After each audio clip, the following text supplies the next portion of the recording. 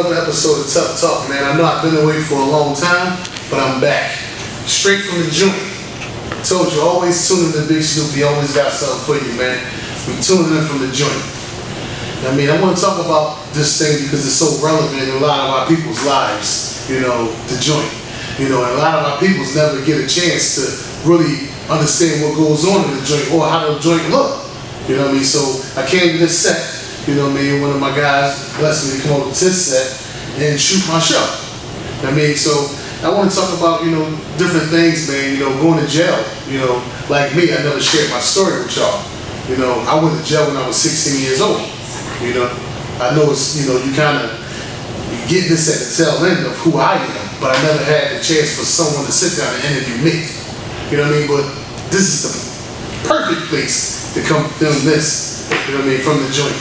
You know, a lot of people look at my life and they see, you know, what I've been through, the things that I'm doing now, you know, but I come from some rough beginnings, man. You know, I made some poor decisions in my life, and that's what landed me to be able to speak about real life issues because I've been through some real life things.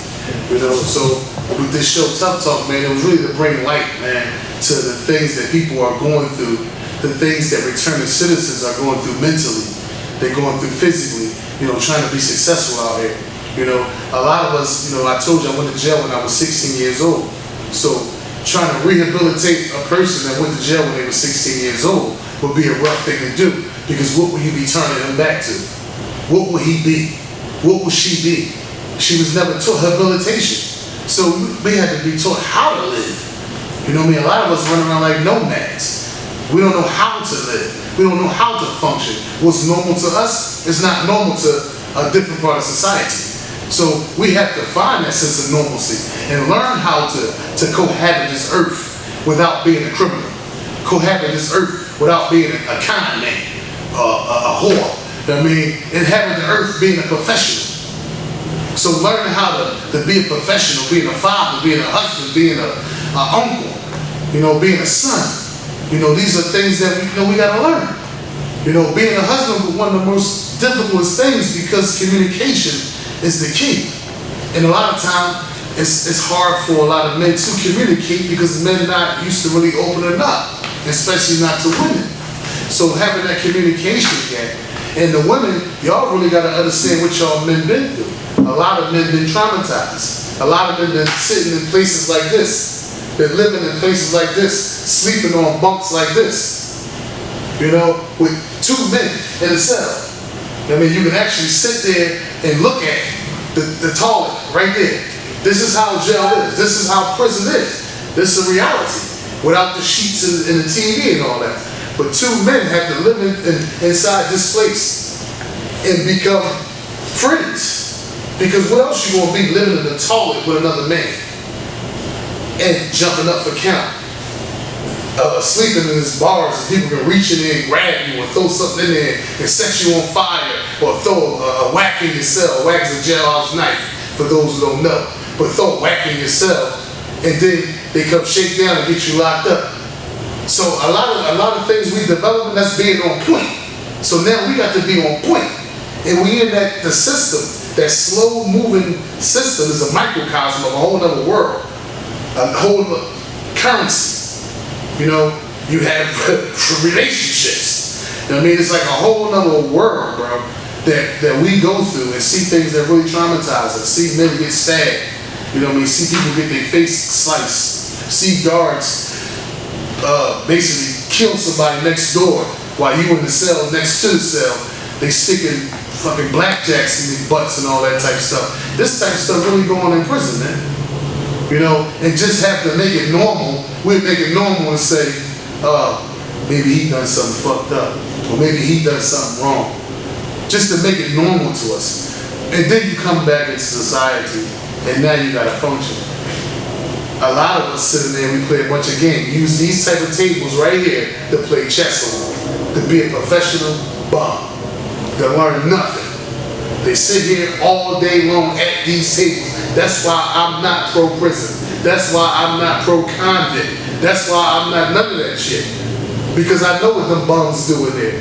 That's a warehouse for professional bums, and that's all they producing. So when you get greatness like me come out here, it's strange. Nobody know that we exist. So that's why Tufftalk was a show that was created to show y'all black excellence coming out the mud. You remember I was in prison one day, and the CO asked me, did I take something? And I said, I got too much prestige to steal something like that. See, because at that point in my life, I already evolved. The evolution already happened. The change already took place. So I was becoming who my vision was while in prison. I knew I was going to wear suits. I knew I was going to wear Rolexes. I knew I was going to drive foreign cars. I knew I was going to wear foreign things. I knew I was going to say to babies. I knew this stuff while in prison because I believed in it. So now coming out here, transitioning to really put this life in order, it takes some time. It takes some patience. I always tell my friends, it's a marathon, man. It's not a race. It's a marathon. So I want y'all to ponder on it being a marathon, not a race. And also, change is a process. It's not an event. It's not something that's going to happen overnight. You know what I mean? So these are one of the things that we must understand as a people, that we have to give people time to change. You know? So we're talking about the returning citizen here. And a lot of returning citizens now, they coming home and they really focus and they win it because it's opportunities. Because guys out here open up different opportunities for them to come home and have something to come home to, like the Mormac program that we created. Men of Redemption, making change. We go to the prisons, we talk to the prisoners, we bring them home. When they come home, we buy them phones, we buy them clothes. You know, every day we created a mentoring service for them to help them reintegrate back into society. Because their reintegration could be a hard thing without the helping hand of someone that knows. Now with that, I'm going to go to a commercial break and I'll be right back.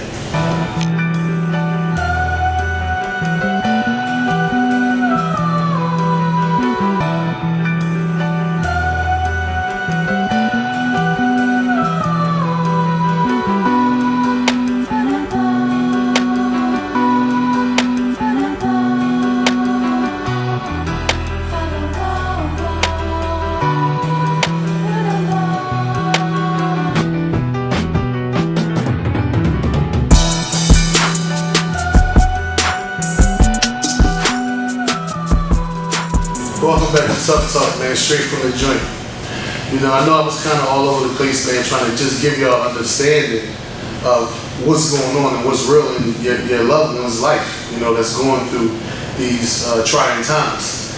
You know, a lot of them make poor decisions, and this will come with poor decision making, you know, living in a place like this, living in the bathroom, you know, by making those poor decisions. But hopefully while they're in there, they can make better decisions. But I want to discuss something, you know, real quick about, you know, mental health.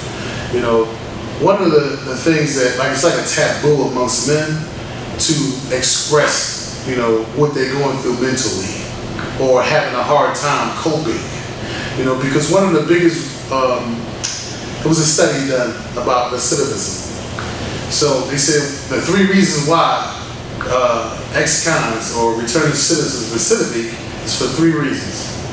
Poor coping skills, poor social skills, no, not poor social skills. Yeah, poor social skills and antisocial way of thinking, antisocial intolerance. Not the antisocial with just a person that don't be with nobody, but a mindset that goes against society.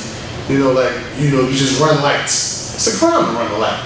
You know what I mean? So that's a pro-social thing, would be stopping at the stop sign or stopping at the light.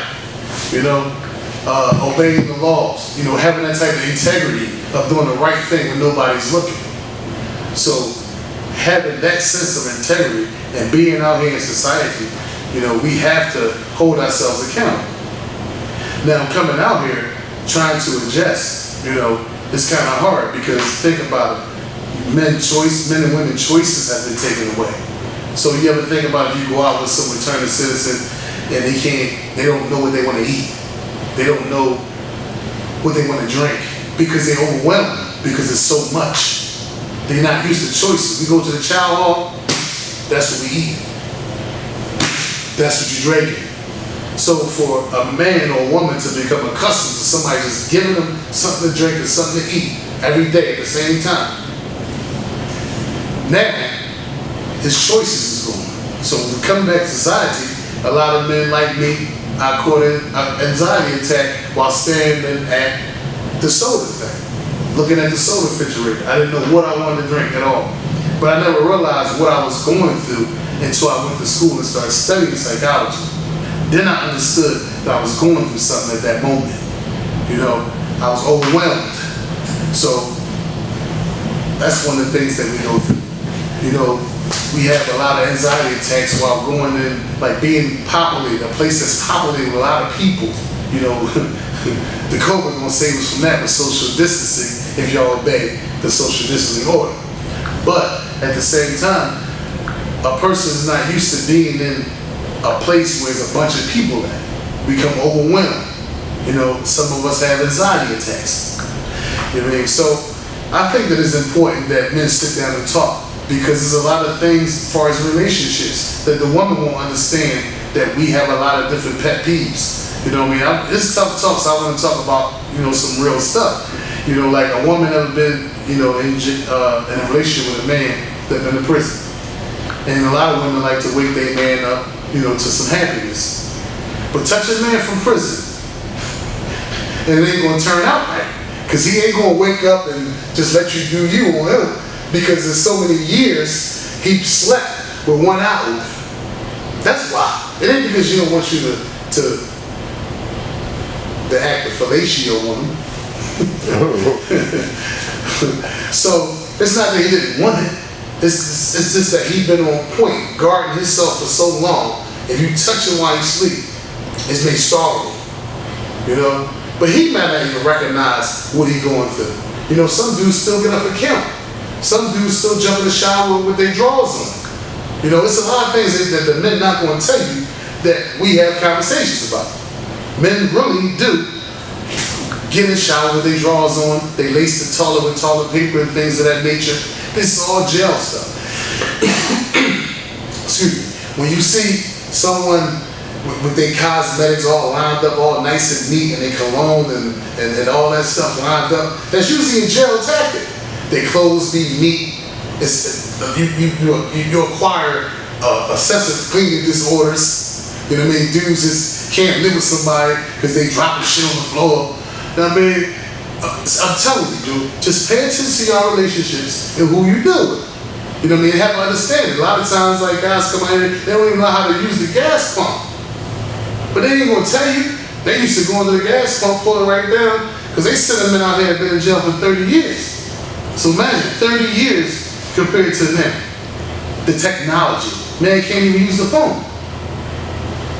No, man don't even know how to answer the phone, man. He gotta learn these things. And these things can take a toll on him, because he's gonna be like, want you to take him places. Because he haven't been, he used to go in places cuffed like this.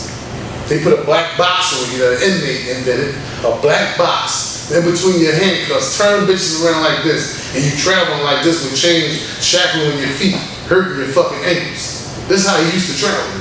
So now when he back in society, after all those years, who gonna show him around? Now you come from a place that's moving slow to a place that's moving fast. Cars moving fast, women moving fast, everything's fast, and you're not used to that. You like, it's like jet lag, like a person getting off the airplane. This is what he's going through, a fish out of water. So we gonna call it gel lag. You know what I mean? I read that before, I ain't make that up, y'all. But gel lag is a real thing, because understand, when you taking that person from him or her, from a controlled environment like this, to out in society, where they gotta fend for themselves. So they're going through a lot of emotional things, I'm telling you. And I think that I'm saying this because, you know, I had to go sit down and talk to a therapist to deal with me, to understand why I kept going to prison. You know, why I was so angry, why I was so volatile, why I pop off so quick.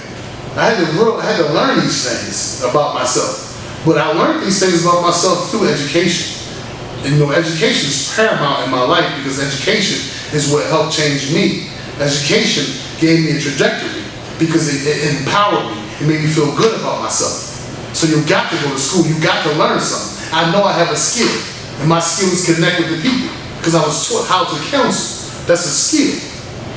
Now, before I can counsel, I got to heal thyself first. That's the first Indian proverb that they give you. I'm going to say Native American. proverb that they give you, heal thyself. Because if you haven't dealt with your issues, how could you sit down and talk to someone else about their issues? So I had to take that fearless moral inventory of myself. And you may find some things that's gonna make you cry, because you're gonna find out why you do what you do. Why you do what you do. That fearless moral inventory is something that we all must stand in front of that mirror. And if our life ain't going right, we had to break that shit down to understand why you pop off, why you don't like this, why you don't like that. And then you assess it, and then you do a cross-benefit analysis of it, and you say, how does it benefit me to respond like this? And then you realize, I can't respond like this because I'm not a child anymore. Because when I acquired the being hyperactive, when I acquired popping off, when I acquired the things that I acquired, I was a kid. So now as a man, 25 years old, as a man, I'm 25, all right? As a man, 25 years old, you know what I mean, like me, how can I be making the same decisions or just the same conclusions of my problems at 25 that I was doing when I was 15 to 16 and 11? That shit just don't make sense. And when we start picking ourselves apart, we'll find out that that's where that stuff came from. That trauma, that early on trauma, that schizophrenia came from when your father, or your father would stick with that low life joker. Most of us got done. That father, that sperm donor, that told you he was gonna come take you to the movies, that told you he was gonna come take you to his house and have some fun, and you stayed at that radiator, looking out that window, waiting for him to come. Mom telling you he ain't coming, but you believe him. Why? Because you love him. Why he gonna lie to his son and his daughter? Why? He won't lie to us. He loves us. That's my dad. And then when he don't come, when you wake up in the morning, you still down at that radiator. Some say this is the first onset of schizophrenia, bipolar. Because if, look at the guys with the don't trust no one tattoo in their face. Trust no one. Where do you think that came from? It has an origin, trust me. It has an origin. So a lot of things that we see in society, we need to look at it with a whole nother lens to really understand what's going on. And a lot of it comes with changing ourselves first. That's how we can make society better. If we change ourselves first. If we take that proverb that Gandhi said, be the change you want to see in the world. If we be the change that we want to see in the world and stop looking at everybody else to see what they're doing, we'll be more progressive, successful people. But we so caught up on what's going on here, what's going on here. That's mental health, man. That's mental health. You're traumatized by something in your life. Something happened. I think that you should sit down and talk to someone about those things that's going on in your life. Seriously. Honestly. That's what I had to do. And it made my life better because now I'm more conscious. I'm more socially conscious on how I treat people. And one thing, you'll never know who you're going to meet. Nobody never sat in prison and knew they was going to sit next to a great man like me. They didn't know they would sit next to greatness. I told them no. And I showed them. They would sit next to greatness. So women don't feel bad about the things that you're going through, physically and mentally. The things physically, as far as you're coping. And we can't have unrealistic expectations. We have to get education that complements what we're doing in our life. We don't have time to be going to school for shit that we're not going to be. We don't have time for that. Everything we do from here on out must complement our vision in life. Thanks for tuning in, man, with another episode of Tufftalk, man, from the joint. Let me with Big Snoop, man. And I'll be back at y'all again, man. Thanks for listening.